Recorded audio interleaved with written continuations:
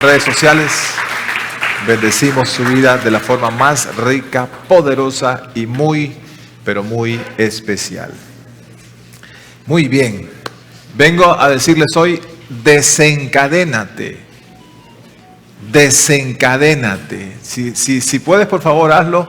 Dile a la persona que tienes a tu lado izquierdo o al lado derecho, dile desencadénate. Señoras y señores, llega un momento en nuestra vida y ruego al Señor, le pido al Espíritu Santo de Dios que todos los que estamos en este lugar nos demos cuenta que nos sea alumbrado nuestro entendimiento, que la luz de Cristo nos alcance de tal forma que nos demos cuenta que somos más fuertes que las cadenas que nos tenían atados. Somos más fuertes. Levante su voz conmigo y diga, somos más fuertes. Somos más fuertes que las cadenas que nos tenían atados. Señoras y señores, somos más altos que el gigante que se nos oponía. Señoras y señores, somos más grandes que el obstáculo que estaba tratando de entorpecer nuestro camino hacia la plenitud de Cristo.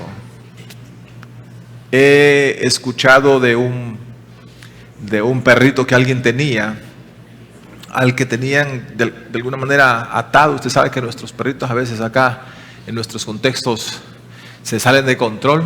Y a este lo tenían amarrado, con una cadenita por ahí. Pero el perrito fue creciendo y la misma cadenita. Y en una de esas que miró pasar a un niño en una bicicleta, con una bolsa guindando, decimos nosotros ahí de la bicicleta, donde se asomaban unos chorizos ricos, deliciosos. El perro no tuvo otro impulso que saltar, ir corriendo hacia donde miraba ese deleite que se le iba como modelando, y sin ton ni son, como decía mi abuela, ¿verdad? Reventó la cadena y se fue tras de aquel manjar. ¿Saben por qué? Porque hay momentos en que las cadenas que nos han tenido atados no son tan fuertes y nos llegamos a dar cuenta de eso en comparación a lo que el Señor nos está ofreciendo. Hasta hace poco en nuestra casa solo éramos la pastora, su servidor, Duis Esther, mi hija y mi hijo José Carlos. Pero hace poco llegó un nuevo integrante por ahí, un elemento al que mi hija le puso por nombre Wally. Ahora les cuento que somos 5. El Wally vive con nosotros. El Wally es una fiera de este tamaño. Llegó pequeñito con unas semanas de nacido a la casa y nosotros le pusimos ciertos obstáculos por ahí porque estaba acostumbrado a que salía caminando por donde se coloca algunos desperdicios y había agarrado el Wally de ir a comer esos desperdicios allá. Y le pusimos un obstáculo, le pusimos unas cosas que de acuerdo a su edad y a sus fuerzas era fácil que él no pasara para otro lado. La sorpresa es que últimamente comenzamos a ver que el Wally ya agarró fuerzas, más estatura y pasa por encima de los obstáculos para ir a comer aquello que le gusta comer. Y pensaba yo en estos días, ¿cuántos creyentes estarán pensando todavía que los obstáculos que tienen enfrente son más grandes que ellos? Levante su voz una vez más y diga con toda la fuerza que usted sea capaz de decir, diga, soy más grande en Cristo Jesús que los obstáculos. Ahora levante su voz una vez más y diga, soy más alto que los gigantes. ¿Cuántos lo creen? Y hay mucha gente, incluso creyentes, que viven atados toda una vida y no se han dado cuenta que son más fuertes que esa cadena. Por eso mi llamado hoy a toda la iglesia es desencadénate. Eres más grande que ese problema en Cristo Jesús. Eres más fuerte que esa situación. Eres más alto que este gigante. Pero no sucede nada hasta que no te es revelada tu posición en Cristo Jesús. No pasa nada hasta que te es aclarado tu propósito y tu destino profético en el Señor. No pasa nada hasta que te es explicada cuál es tu herencia en Cristo. Y entonces rompes esa cadena, que yo no sé qué nombre tiene esa cadena, pero la rompes y te lanzas por aquello que tú sabes que el Señor te ha mostrado y te ha prometido. Pues bien, hay algo que nos mantiene a veces engañados y nos mantiene subyugados y nos mantiene esclavizados y nos mantiene controlados. para que nosotros no podamos avanzar a esos niveles que el Señor tiene para nosotros. Y es algo a lo que la Biblia le llama principados. Señoras y señores, los principados, que no son otra cosa que espíritus demoníacos bien organizados, y que se llaman principados porque gobiernan. De hecho, la palabra principado viene relacionado a príncipe, ¿verdad? Entonces, los principados gobiernan y han sido asignados de forma territorial. O sea, los principados tienen asignación territorial, pero escúcheme, todavía peor. Aparte de que tienen una asignación territorial, o sea, están designados y asignados sobre algún territorio en específico, también son asignados para que gobiernen sobre generaciones. O sea, son asignados generacionalmente. Por eso es que no es raro ver que los mismos vicios que aquejaron, que controlaron y que gobernaron al abuelo, también afecten al papá y después al hijo, al nieto y al bisnieto. Vicios de los cuales la gente a veces es imposible que se desprenda. Por eso es común ver que las mismas depresiones que visitaron a la abuela, que visitaron a la mamá, ahora estén en la nieta también.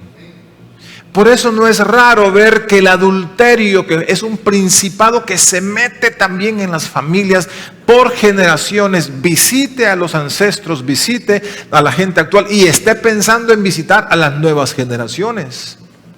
Por eso no es raro que el divorcio se mencione tantas y tantas veces en algunas familias. Se menciona la palabra divorcio como que fuera a cambiar de un calcetín o un zapato, porque son principados que fueron estacionados, asignados, no solamente territorialmente, sino por generaciones.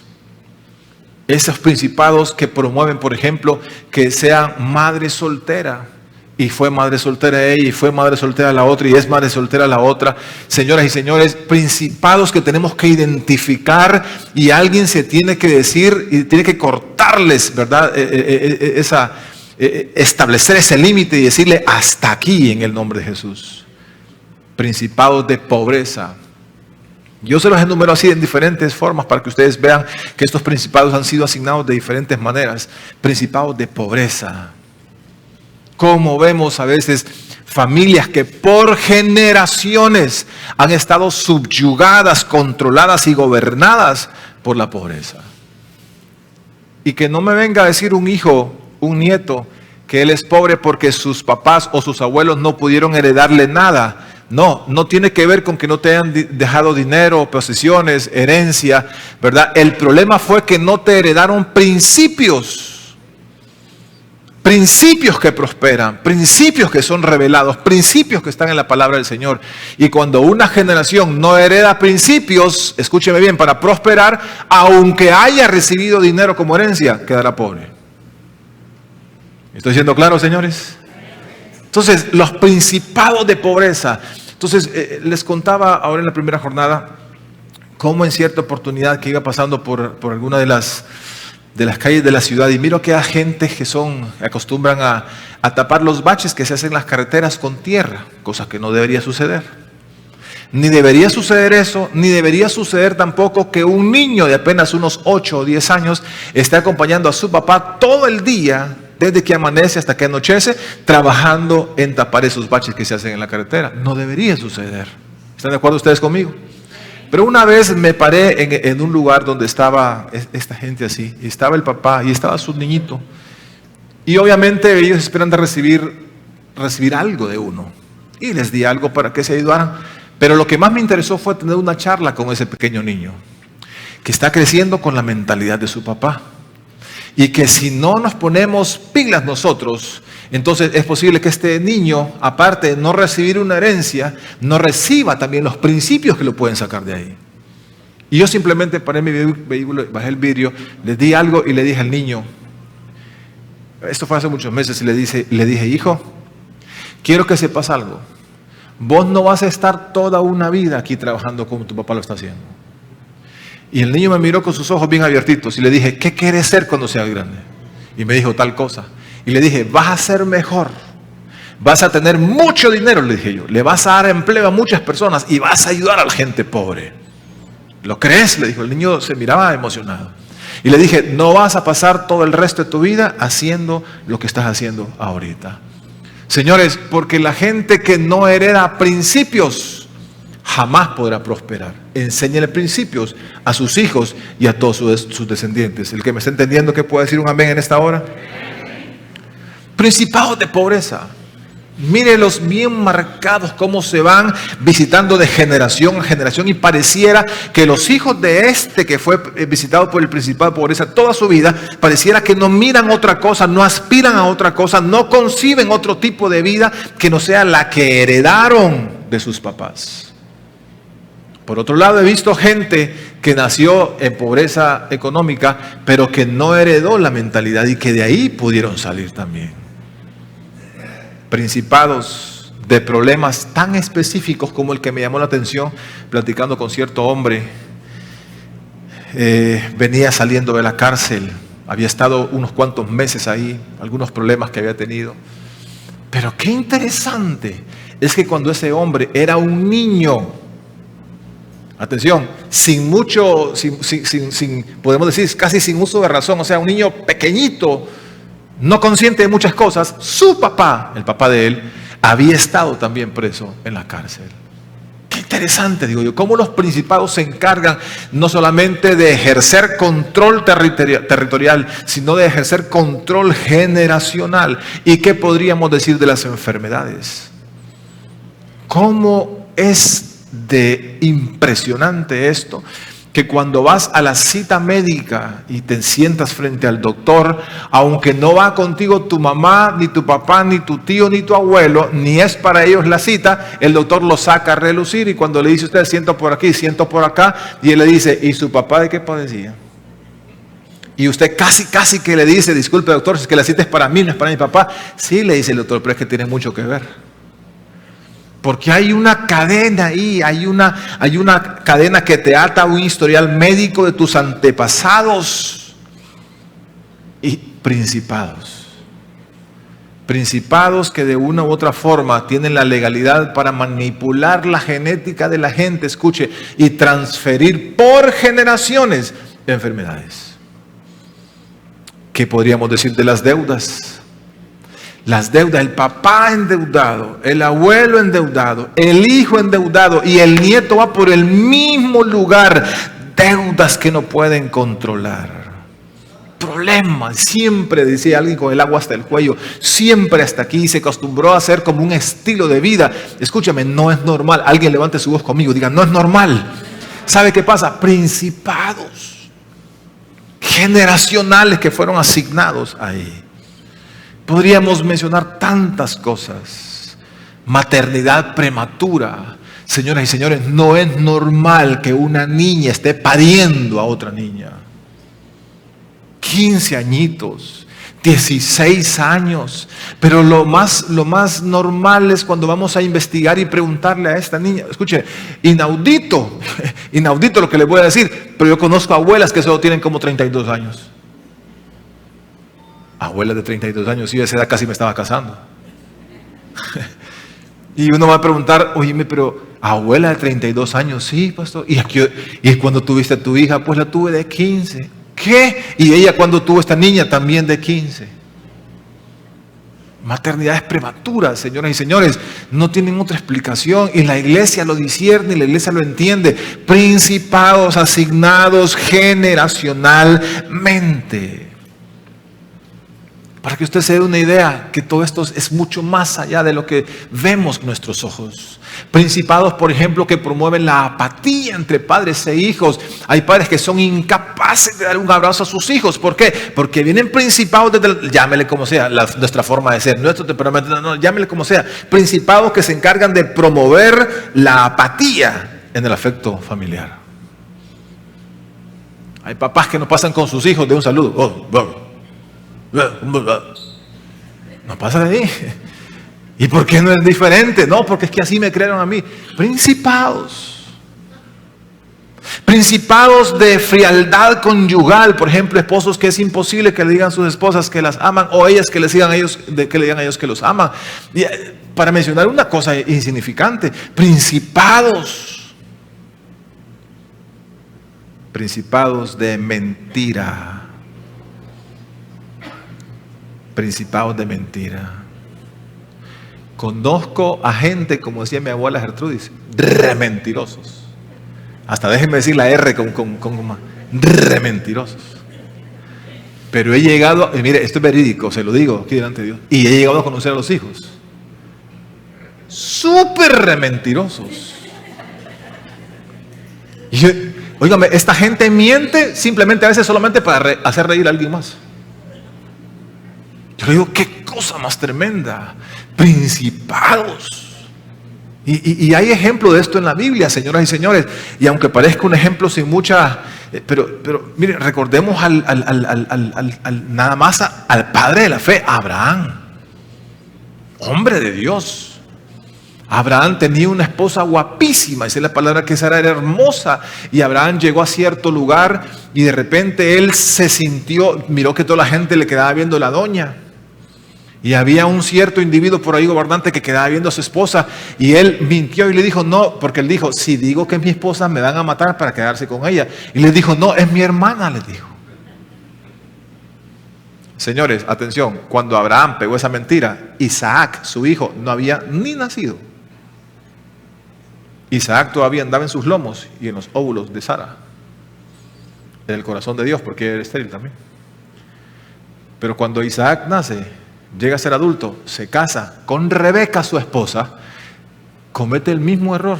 Llega a cierto lugar, la gente comienza a ver a su esposa, posiblemente Rebeca también de buen parecer, e Isaac pega la misma mentira que su papá.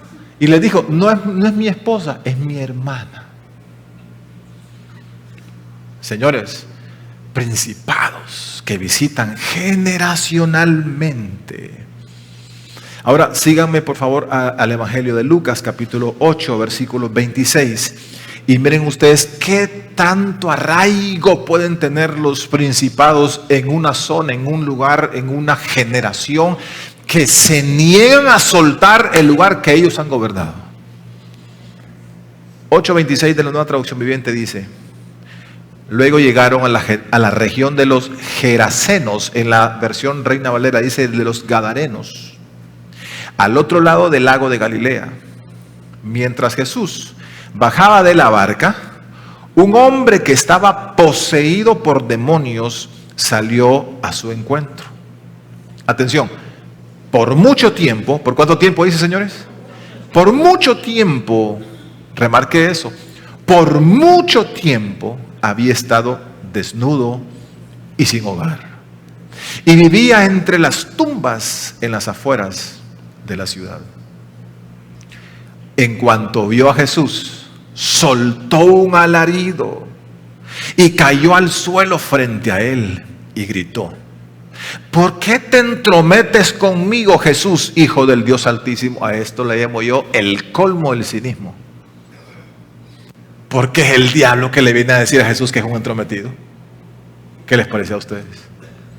Cuando el entrometido en nuestra casa es el enemigo. Amén, iglesia.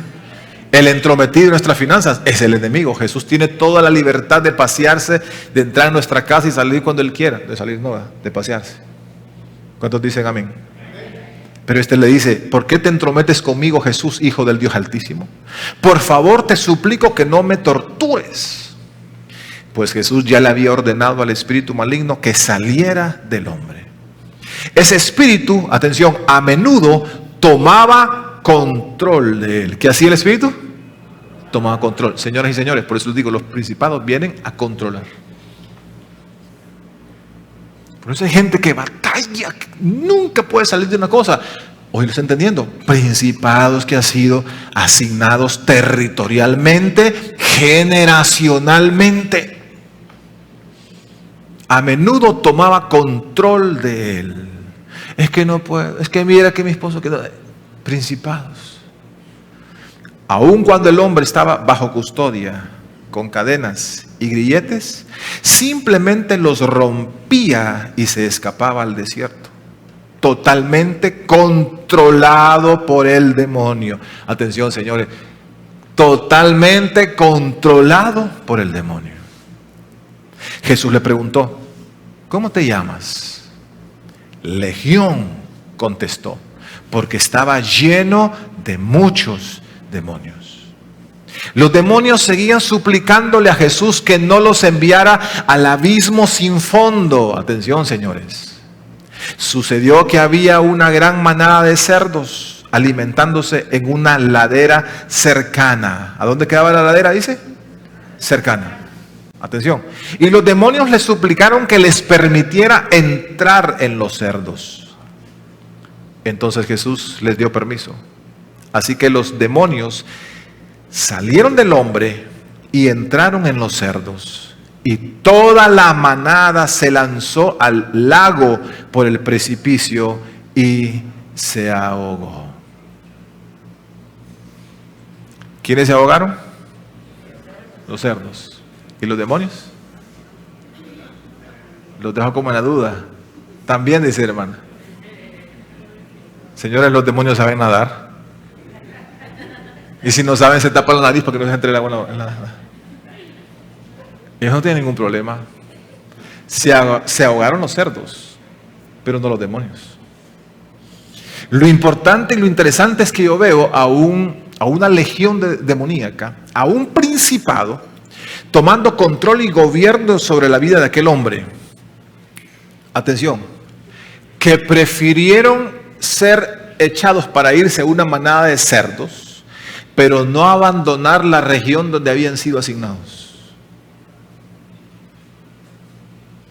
Le suplicaron a Jesús que no los mandara fuera de aquella región. Y le dijeron, danos chance por lo menos de quedarnos en estos cerdos, porque si hay algo que el enemigo quiere es seguir teniendo control. Pero hoy declaramos en el nombre de Jesús que ese control se termina. ¿Cuántos dicen amén?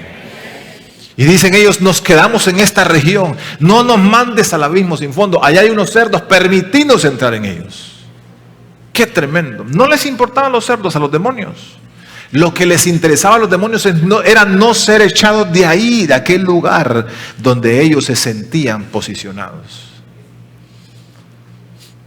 Por cuestión de tiempo no los voy a llevar a leer todo el pasaje, pero si ustedes siguen leyendo se van a dar cuenta que después de que eso pasó, dice la Escritura, que el hombre quedó sano en su cabal juicio y por primera vez en mucho tiempo vestido.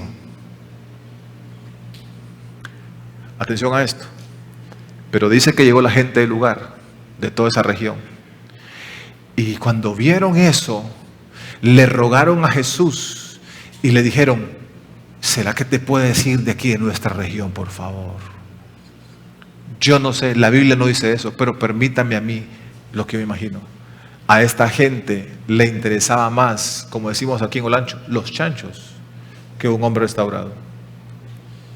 Y primera evidencia a veces de que alguien puede estar bajo el sometimiento y el gobierno de un principado, le interesan más las cosas que la gente. ¿Estoy siendo claro, señores? Le interesan más las cosas que la gente. ¿Será que te puede decir y preguntar, ¿y cuántos chanchos se ahogaron? Para la gente que está internacional que no sabe lo que es un chancho, era un cerdo. ¿Y en cuántos cerdos se ahogaron? 2,000. ¿Cómo? Con esta pérdida, y eran los que estábamos engordando para el 24. Y ahora, ¿qué vamos a hacer sin pulpa? Y el ex endemoniado, sanito, en su cabal juicio, bien vestidito. Y aquellos, ¿y ahora qué vamos a hacer? ¿Cuánto perdimos? Acá la cuenta. Principados. Qué interesante que esos demonios no se quisieron ir del lugar. Entonces, para entender esto, Dios usa una figura tremenda en su palabra y esta escritura me ha impactado mucho.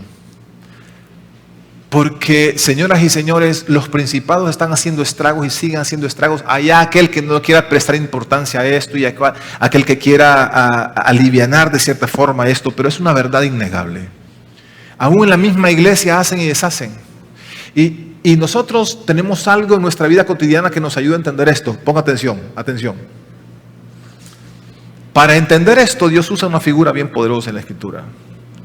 Y es que todo en la vida se sustenta por documentos.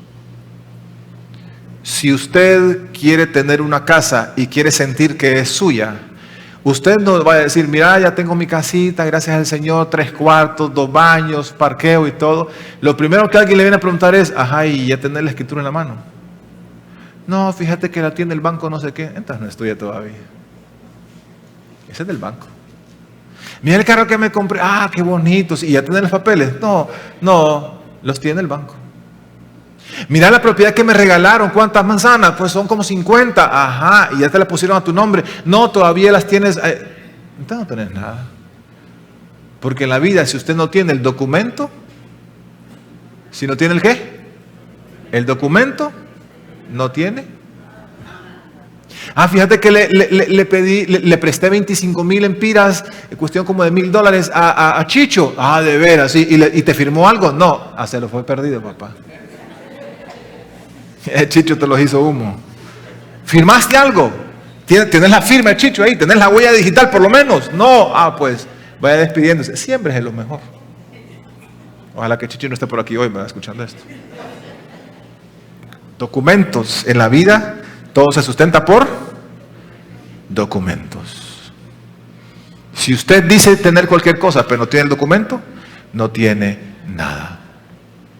Entonces, les vengo a explicar por qué los principados tienen tanto control e intentan y se hacen los fuertes por quedarse en el lugar de su asignación, en el territorio, en las generaciones que visitan por años y por décadas. ¿Saben por qué? Porque tienen en sus manos documentos legales firmados por la misma persona que ahora está reclamando su libertad. Por eso es que la Escritura usa esa figura tan importante, ¿verdad? Y allá en Colosenses 2:13 al 15 dice, y a vosotros, estando muertos en pecados y en la incircuncisión de vuestra carne, os dio vida. Está hablando de Jesús. Él os dio vida juntamente con Él, perdonándoos todos los pecados. Atención, señores. Anulando el acta de los decretos que había contra nosotros. Que había. Alguien levanta su voz fuerte y diga que había. Tiempo pasado, señores. Que había contra nosotros. Acta de los decretos legal. Que nos era contraria. Quitándola de en medio y clavándola en la cruz. Y despojando a quienes. A los principados. ¿De qué los despojó? De la autoridad. ¿De la autoridad de qué, pastor? De la autoridad que ellos tenían sobre ti. ¿Cómo les quitó la autoridad? ¿Cómo le quita usted la autoridad a alguien?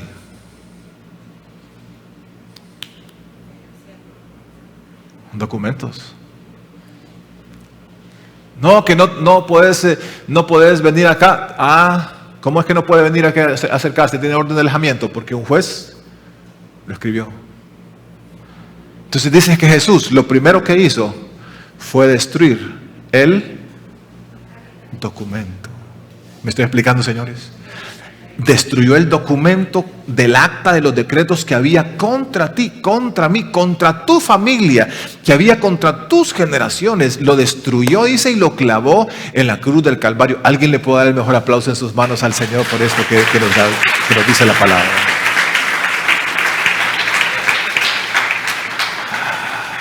Señor, ¿y qué tan serio es esto? Y despojó a los principados, a las potestades, los exhibió públicamente. Los exhibió públicamente, quiere decir, los avergonzó. Yo te vengo a decir, la misma vergüenza que el enemigo te causó es la que el Señor le provocará a él por redimirte a ti. Y despojando a los principados y a las potestades, los exhibió públicamente, triunfando sobre ellos en la cruz. Dice la Escritura en Juan 3:7 al 8. Hijitos, nadie os engañe. El que hace justicia es justo como Él es justo. El que practica el pecado es del diablo. No lo digo yo, lo dice la Escritura. De esos versículos que a nadie le gusta leer ni a los pastores les gusta predicar. Porque el que practica el pecado es del diablo. Porque el diablo peca desde el principio.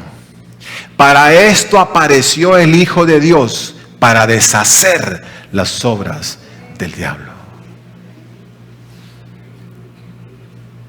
Y una de esas obras del diablo es ese documento. ¿Habrá alguien que tenga una hoja en blanco por ahí que me la pueda traer, por favor? Una hoja que no sea de la Biblia, ¿verdad? Una libreta, de un cuaderno, no sé, que me la pueda traer rapidito, por favor. Lo que hizo Jesús fue agarrar ese documento que había contra ti, contra tu familia, solo la hoja de papel, por favor. Agarrar el documento, mire, perdón, hermano. Pastor, ¿y por qué tenía que destruir Jesús ese documento? Porque los principados usaban este documento para exigir su autoridad sobre ti. Usaban este documento para decir, no tiene derecho a reclamar lo que está reclamando porque aquí tenemos su firma. Yo les he contado a ustedes en cierta oportunidad lo que me pasó. Acompañé a cierta persona que me dijo, pastor, acompáñeme porque fulano me está quitando la casa. ¿Y qué pasa? No, es que mire, porque le debo un dinero ahí, me está quitando la casa. Yo fui con esta mujer. Aunque se trataba de fulano, yo fui. ¿Por qué? Porque una mujer casi de tercera edad, sola, estaba perdiendo lo único que tenía. Pero cuando fui allá, el fulano salió de su oficina y cuando me vio parado ahí me dijo, pastor, ¿y usted qué hace aquí? No, le digo que ando acompañándola a ella porque esto y que esto y lo otro. Y me dijo, pastor, con mucho respeto, me dice, pero no tengo que hablar nada con usted, me dice.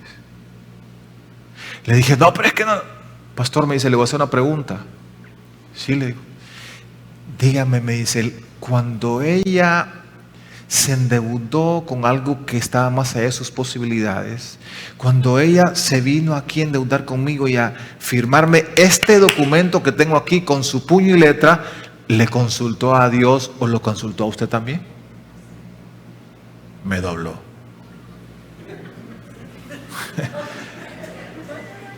No, le dije yo, no me preguntó. ¿Usted no le habría dejado meterse en esto? Jamás, le digo. Pues pastor, no tengo nada que hablar con usted. O le dije, tiene razón. Yo me voy. Le espero afuera, hermano. Le dije, arregle como pueda. Porque el hombre tenía en su poder documento con puño y letra. Pero eso es que Jesús vino a deshacer el documento que usted y yo habíamos firmado. Pero yo se lo juro, pastor, como dice aquel, yo nunca me acuerdo de haberle firmado un papel al diablo. Se lo firmaste en algún momento, y si no, lo firmó tu abuelo, lo firmó tu papá, lo firmó tu ancestro, lo pudo haber firmado tu bisabuelo. Y por ese documento legal que el enemigo tiene en su mano, anda reclamando autoridad sobre tu vida. Pastor, ¿y como qué cosa dice ese documento que a mis manos no ha llegado? Y no lo he leído nunca. Ok, te voy a dar una seña, una muestra de lo que podría decir ese documento que había contra ti. Levante su voz conmigo fuerte, diga que había contra mí. Porque por eso Jesús lo primero que hizo fue deshacer el documento. Y dice Jesús, bueno, vamos todo nuevo aquí. Trágame esa acta que había contra Fanny, trágame esa acta que había contra Jorge, trágame esa acta que había contra Santos. ¿Y qué decía esa acta? Decía algo así como esto. Tenía unos por cuánto y tenía unos por tanto. Y decía, más o menos, por cuánto, decía el enemigo, el documento que el enemigo tenía contra ti, por cuanto por su propia voluntad me abrió una puerta. Por cuanto se nos entregó el control en esa o cual área de su vida. Por cuanto ha seguido durante años practicando y reincidiendo en aquello que él sabe que le afecta.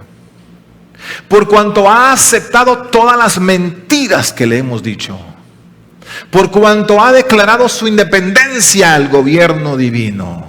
Dice el enemigo, esos son los por cuantos. Por tanto, dice el diablo en su acta de decretos, decretamos asumir el control de toda su vida.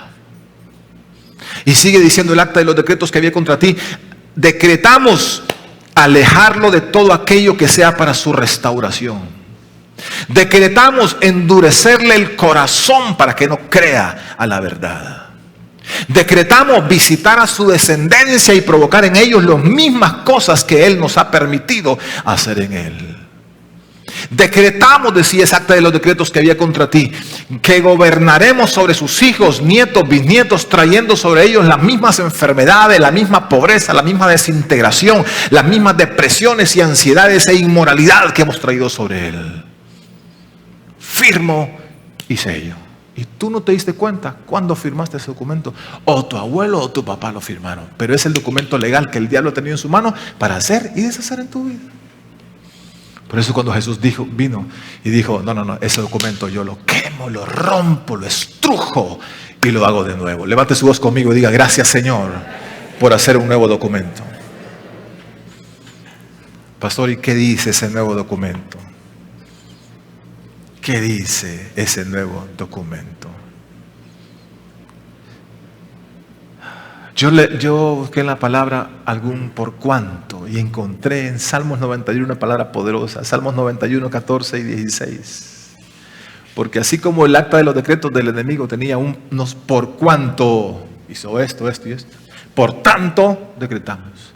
También hay un por cuánto hay en Salmos, es del nuevo documento que el Señor hizo de ti. Dice Salmos 91, 14. Por cuanto en mí ha puesto su amor. ¿Cuántos han puesto su amor en él? Yo también lo libraré. Le pondré en alto. ¿Alguien está listo para recibir esta palabra? Por cuanto, dice otra vez, ha conocido mi nombre. ¿Cuántos han conocido el nombre de Jesús? Me invocará y yo le responderé. Con él estaré yo en la angustia. Lo libraré y le glorificaré. Lo saciaré de larga vida. ¿Quién recibe esta palabra en esta hora? Y le mostraré mi salvación. Dale un aplauso a la palabra del Señor, por favor. Señoras y señores, lo que les vengo a decir es que hay una nueva acta. El acta que nos era contraria fue quemada, fue rota, fue clavada en la cruz. Hay una nueva acta. Y esta nueva acta, más o menos, se lee así. Levántese, por favor, póngase sobre sus pies. Yo quiero que tome aire en sus pulmones, que agarre autoridad, la autoridad que le fue conferida. Y la vamos a decir todos juntos, la vamos a ir leyendo.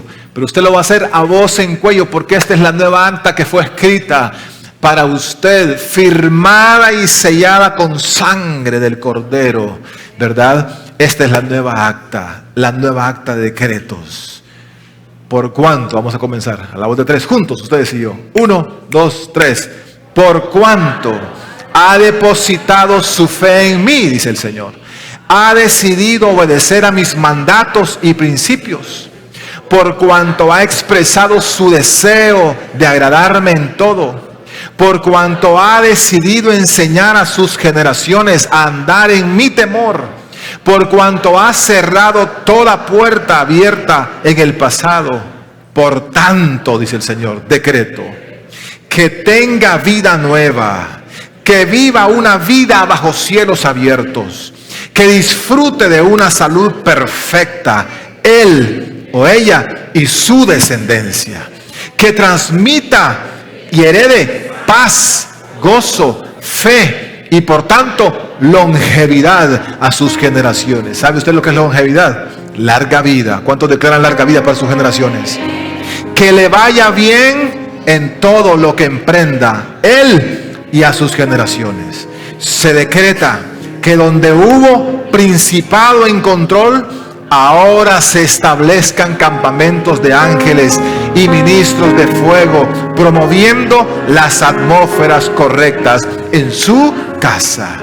Queda abolido todo lo anterior a este documento y este entra en vigencia. ¿Cuándo?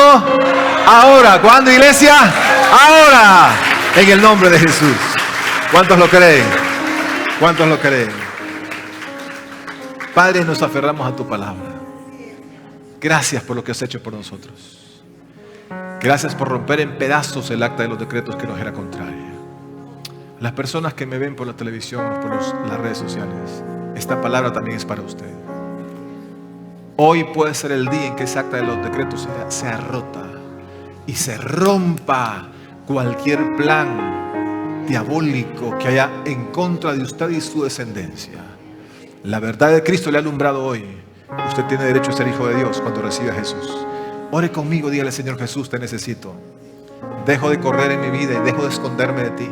Te doy la cara hoy.